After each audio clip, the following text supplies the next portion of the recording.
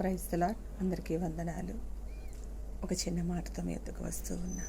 ఈరోజు నీ పరిస్థితి ఎలా ఉందో, అణచివేయబడుతున్నావా, ఆకలితో ఉన్నావా, నిరుత్సాహంలో నేనేమీ చేయలేదు, నా వల్ల ఏమీ కాదు అని ఒక వేదనకరమైన పరిస్థితి గుండా నువ్వు వెళ్తున్నావా? దేవుని మాటగా మీకొట్టి చెప్పను. ద్వితీయోపదేశకాండం 8వ అధ్యాయం 2వ వచనంలో ఉంటుంది.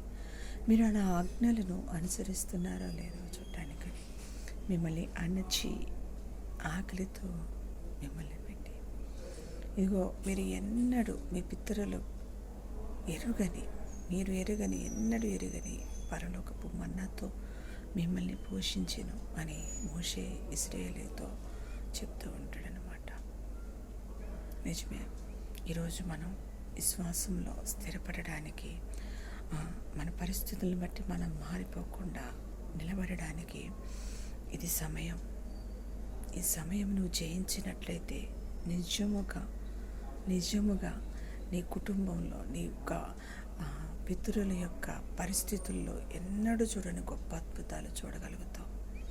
ఆనాడు వారిని ఆ రీతిగా పోషించిన దేవుడు ఈనాడు నిన్ను విడిచిపెట్టేవాడు కాదు. నిన్ను కూడా పోషిస్తాడు, నిలబెడతాడు. అందరికంటే ఉన్నత స్థానంలో నిలబెట్టుటకు నా దేవుడు సమర్థుడు. కనుక విశ్వాసం కోల్పోకు, పరిస్థితులను బట్టి మారిపోకు, నమ్మకంగా ఉండు. దేవుడు గొప్ప కార్యాలు చూస్తావు. అట్టి కృప దేవుడు ఈ పరిస్థితిని అనుభవిస్తున్న ప్రతి బిడ్డకి దయచేయునుగాక. ఆమేన్.